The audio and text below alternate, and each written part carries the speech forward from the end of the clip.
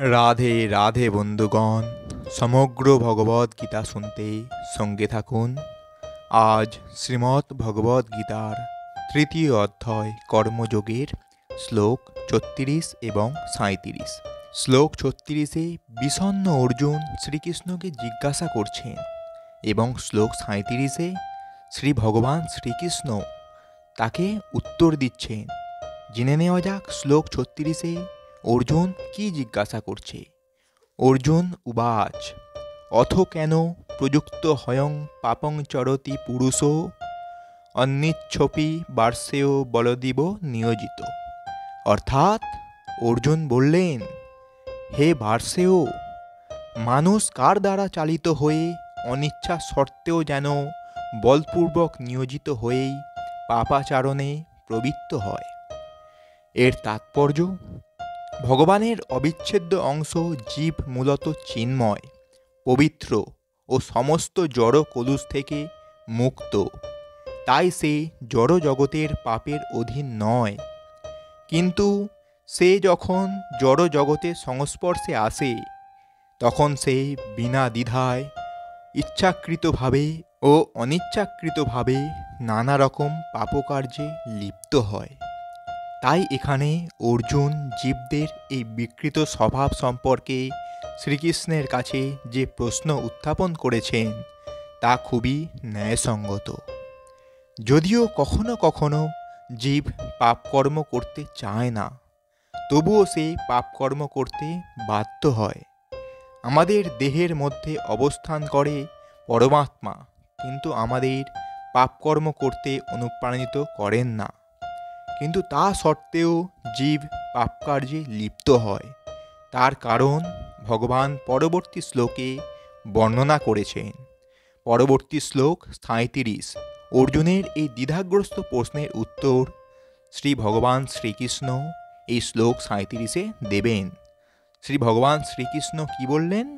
শ্রী ভগবানু বাচ কাম এষ ক্রোধ এষ রজগুণ সন্মুধবব মহাসন মহাপদ্মা বিন্ধন্নমিহ বৈরিণম। অর্থাৎ পরমেশ্বর ভগবান বললেন, হে অর্জুন, রজগুণ থেকে সমুদ্ধত কামী মানুষকে এই পাপে প্রবৃত্ত করে এবং এই কামই ক্রোধে পরিণত হয়। কাম সর্বগ্রাসী ও পাপাত্মক।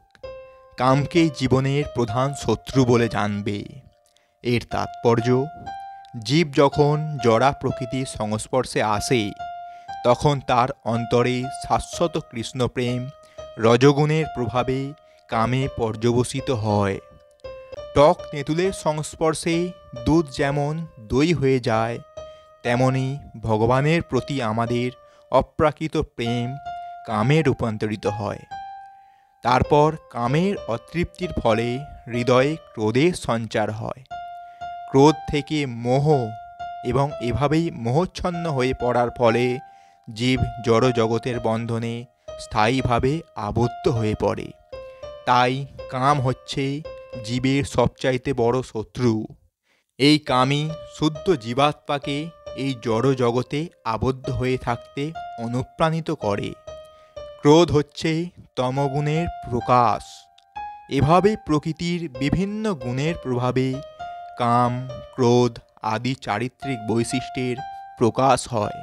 তাই রজগুণের প্রভাবকে তমগুণে অধঃপতিত না হতে দিয়ে যদি ধর্মচারণ করার মাধ্যমে তাকে সত্যগুণে উন্নীত করা হয়, তাহলে আমরা পারমার্থিক অনুশীলনের মাধ্যমে ক্রোধ আদি ষড়রিপুর হাত থেকে রক্ষা পেতে পারি।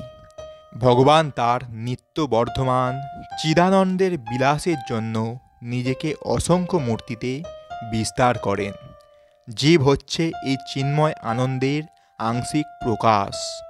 ভগবান তার অবিচ্ছেদ্য অংশ জীবকে আংশিক স্বাধীনতা দান করেছেন। কিন্তু যখন তারা সেই স্বাধীনতার অপব্যবহার করে এবং ভগবানের সেবা না করে নিজেদের ইন্দ্রিয় তৃপ্তি সাধন করতে শুরু করে, তখন তারা কামের কবলে পতিত হয়।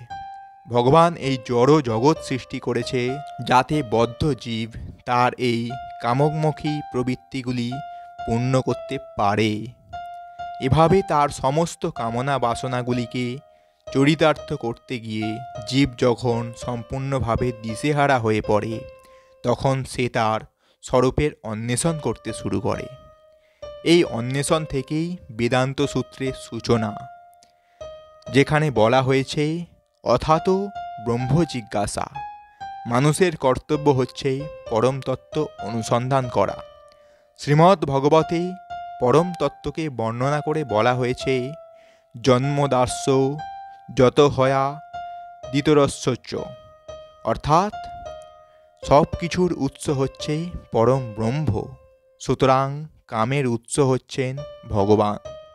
তাই যদি এই কামকে ভগবৎ প্রেমে রূপান্তরিত করা যায়, অথবা কৃষ্ণ ভাবনায় উদ্বুদ্ধ করা যায়, কিংবা সব কিছু ভগবান শ্রীকৃষ্ণের সেবায় নিয়োজিত করা যায়, তাহলে কাম ক্রোধ উভয়ই অপ্রাকৃত চিন্ময় রূপ প্রাপ্ত হয়। এভাবে কামের সঙ্গে সঙ্গে ক্রোধও ভগবৎ ভক্তিতে রূপান্তরিত হয়। শ্রীরামচন্দ্রের ভক্ত হনুমান শ্রীরামচন্দ্রকে তুষ্ট করার জন্য রাবণের স্বর্ণলঙ্কা দগ্ধ করেছিলেন, এবং এভাবেই তিনি তার ক্রোধকে শত্রুনিধন কার্যে প্রয়োগ করেছিলেন। এখানেও ভগবদ্গীতায় ভগবান শ্রীকৃষ্ণ অর্জুনকে তার সমস্ত ক্রোধ শত্রু বাহিনীর উপরে প্রয়োগ করে ভগবানের সন্তুষ্টি বিধানের কাজে লাগাতে উৎসাহ দিচ্ছেন। এভাবে আমরা দেখতে পাই যে আমাদের কাম ও ক্রোধকে যখন আমরা ভগবানের সেবায় নিয়োজিত করি, তখন তারা আর শত্রু থাকে না, আমাদের বন্ধুতে রূপান্তরিত হয়। তো বন্ধুগণ, এটাই ছিল শ্রীমদ্ ভগবদ্গীতার 3য় অধ্যায় কর্মযোগীর শ্লোক 36 এবং 37। এইরকম সম্পূর্ণ ভগবদ্গীতা শুনতে আমাদের এই চ্যানেলটি সাবস্ক্রাইব করুন এবং সঙ্গে থাকুন। রাধে রাধে।